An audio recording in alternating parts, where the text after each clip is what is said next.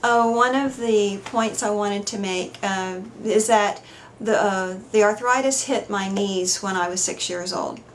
And so the disease went from knees to ankles to hips to, everywhere else.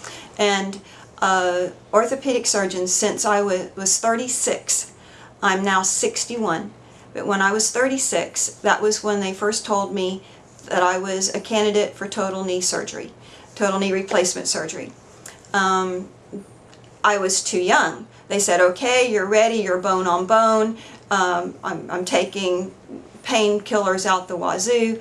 But I was too young. The surgery would only last at best for maybe 10 years, especially if I wanted to still be active. And so we postponed. I would take more medication and postpone, and I was watched like a hawk, but that and had the very best care that medical science can provide. Okay, I am, and as I said before, I was a nurse working in the OR, and one of the surgeries I was in all the time were total knee replacements, total hip replacements, back surgeries, and I could see that surgery, what it entailed. Also the revisions.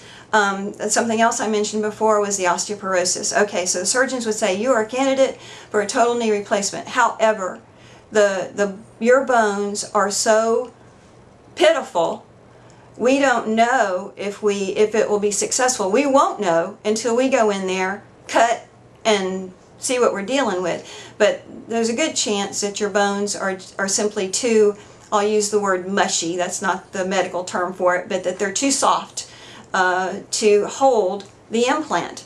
And that, so anyway, I postponed and postponed and postponed, and I'm dealing with the pain and scared to death that this surgery, that I would finally be at a point where my back was to the wall and I had to try it.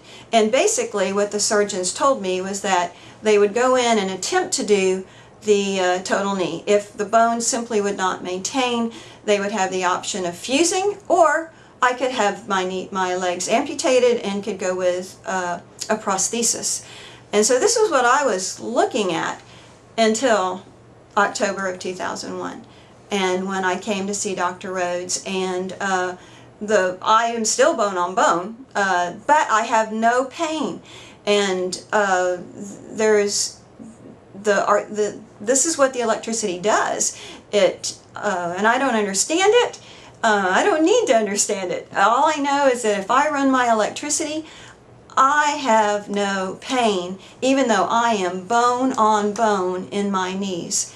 And so I know now I will never have to face that surgery. I can go from now till I'm 100, I hope, and I'll just use electricity. And not only that, but the electricity is increasing my bone density to the point that hopefully I will be good and strong and have and do well for the rest of my life. And I have that hope now that I never had before. If you have rheumatoid arthritis, you know how the old wives' tale of your rheumatism acts up. And I always thought that it was, I knew it happened, but I was often afraid to even say anything out loud to anybody that, because I'm aching. I could feel that it's a deep bone ache.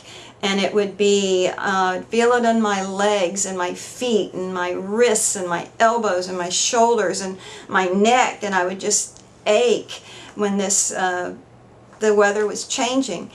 And so now, since 2001, I run the electricity, and that all goes away. So I don't care what the weather's doing anymore. And but the electricity, it maintains the arthritis symptoms so that those are gone, and and I don't have to worry about the weather. If there is a storm coming, I'll feel that little twinge, run the electricity, and it's gone. So 80 minutes a day, I do 2 40-minute protocols, and I have a life.